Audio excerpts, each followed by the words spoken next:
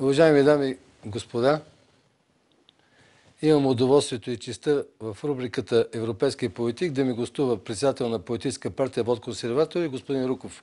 Големите партии отново са в режим на празнодумство. Има една партийна параноя в момента наблюдавам в политическите партии, която не отдалечава от европейското развитие. Имаме нужда от европейски политици. Владеете добре политическата наука, аз съм ви наблюдавал. Кое е фундаменталното предизвикателство пред България в момента?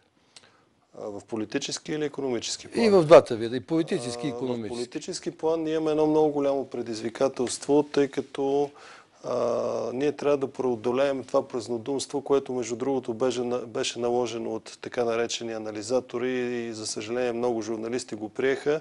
Две безсмислени думи леви-десни, едно фалшиво противопоставяне, докато всъщност основната задача на българската политика в момента е да може от това противопоставяне авторитаризъм, премиерска република от една страна и демокрация от друга страна. Българската политическа система, за съжаление, е такава, че една малка група хора за 4 години владее цялата власт. Това го виждахме при Жан Виденов, после го видяхме при Иван Костов, след това при Симеон Сакскобургготски. В момента виждаме същото нещо и при господин Бойко Борисов. Така че ние българската политическа система първо прави така, че не най-умните да излизат на преден план, защото именно на този тип лидери, на тях са им необходими машини, които само да вдигат ръцете в парламента. И затова хората не трябва да се очудват, че там много от депутатите изобщо не взимат участие, не говорят и много често говорят несериозни неща. Тоест те просто не са подготвени, а пък системата изтласква на преден план точно такива хора. Света е във война. Вие сте и добър икономист, освен политик. Това е война за ресурсите на планетата. Въпросът е каква е нашата национална защитна стратегия по отношение на капиталите, пазарите и бъдещето. България е страна, която... Даже и талантите. България... радвам се, че допълнихте точно това нещо. България е страна, която не е много богата на природни ресурси, за съжаление. Така че нейната основна сила, това е човешкия капитал, това са талантите, но за съжаление през последните най-вече 23 години при социализма бяхме затворени, там хората не можеха да се развиват много в тези области, които искаха, но ние в момента там докарахме нещата, че съсипахме собствената си индустрия, внасяме ефтини стоки от чужбина, но изнасяме умните си хора и най-лошото, което ние изнасяме умните си деца навън, които помагат за това чуждите икономики да стават по-развити и да стават по-богати. От българската политическа класа се изисква да се водят такива политики и хората трябва да се научат да гласуват за такива политици и партии, които ще направят така, че България да стане привлекателна, да задържим нашите умни хора, но да привличаме и други умни хора, които да идват с капитала си и България да стане едно средство, т.е. едно място, където може да има много интересни, нови бизнес решения, да има конкурентни стоки и услуги. Аз искам само едно да ви попитам. 23 години в България се навива омраза. Хората избягаха, промени се човешкия пейзаж, нарушен е генетичния ни фонд. Генетичният фонд не е нарушен, но наистина злоба и омраза се нанася. Това е въпрос на обстоятелства. Но за да задържиме хората избягаха. Хората избягаха.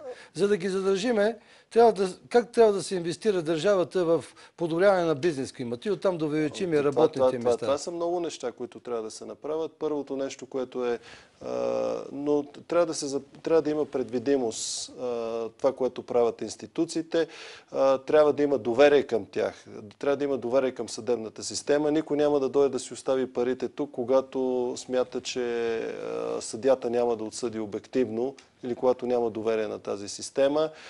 Не може институциите да работят непрозрачно, да не се отчитат какво правят, а пък в същото време грубо да навлизат в дейността на фирмите. Европейската комисия казва, България губи битката с безработицата над 13%, което е много лошо. България губи... Но как да запазим и да разкриваме нови работни места в отраслите със стратегическо значение?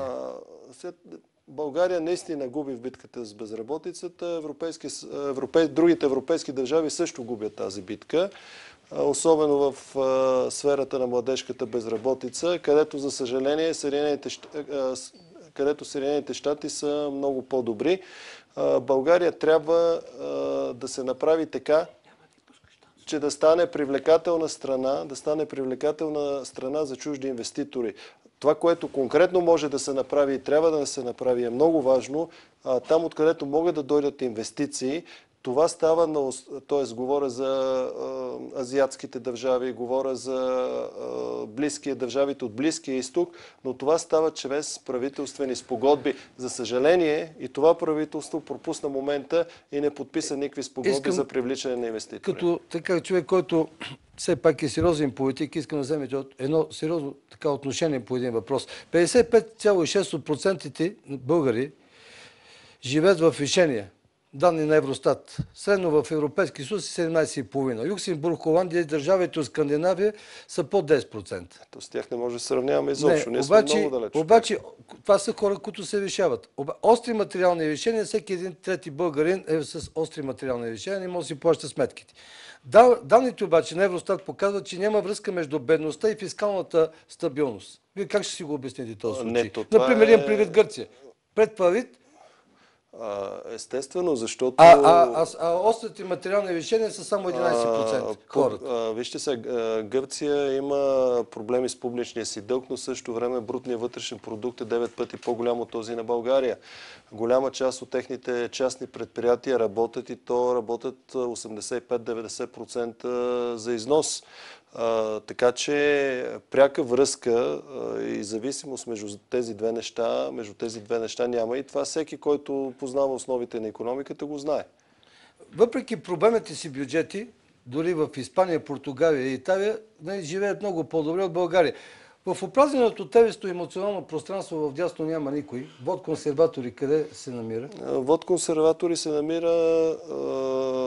Ние от началото казах, че това ляво-дясно трябва много внимателно да използваме тези термини. Вот консерватори се намира от тази страна за парламентаризъм. То се намира в зоната за силна демокрация, затова България да има истинска демокрация, затова да има малко стегнато правителство, нераздута администрация, затова да има много по-добри условия на бизнеса, затова, че силата на личността трябва да бъде пред властта на държавата. Колкото по-свободни са хората икономически, толкова е по-богато обществото. Точно така.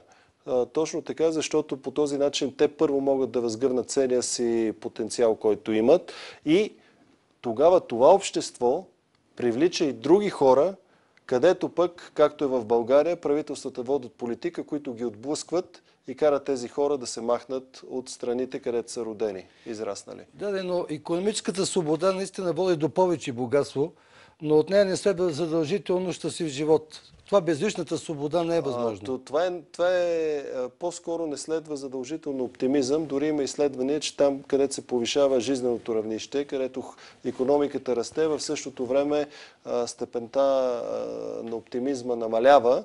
Но това са вече съвсем друг ред проблеми. България в момента не е изправена пред тези проблеми. България в момента е изправена пред това да може наистина всеки трети, който в момента изнемогва и се ограничил до такава степен, че не му се изживее, и затова стават и тези трагедии, които се случват напоследък, поне да минеме този етап и да може хората да живеят много по-добре, отколкото сега. Централен принцип на модерния консерватизъм, и приключваме. Защитава силата на личността пред властта на държавата.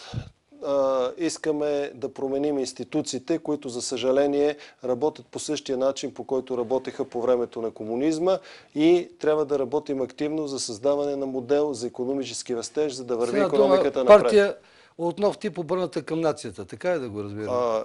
Обърната към отделния гражданин и свободата на инициативата. Да, инициативата, и с поглед напред, не назад, не на реванши, с поглед напред, да се мобилизира националния ресурс за едно по-добро бъдеще.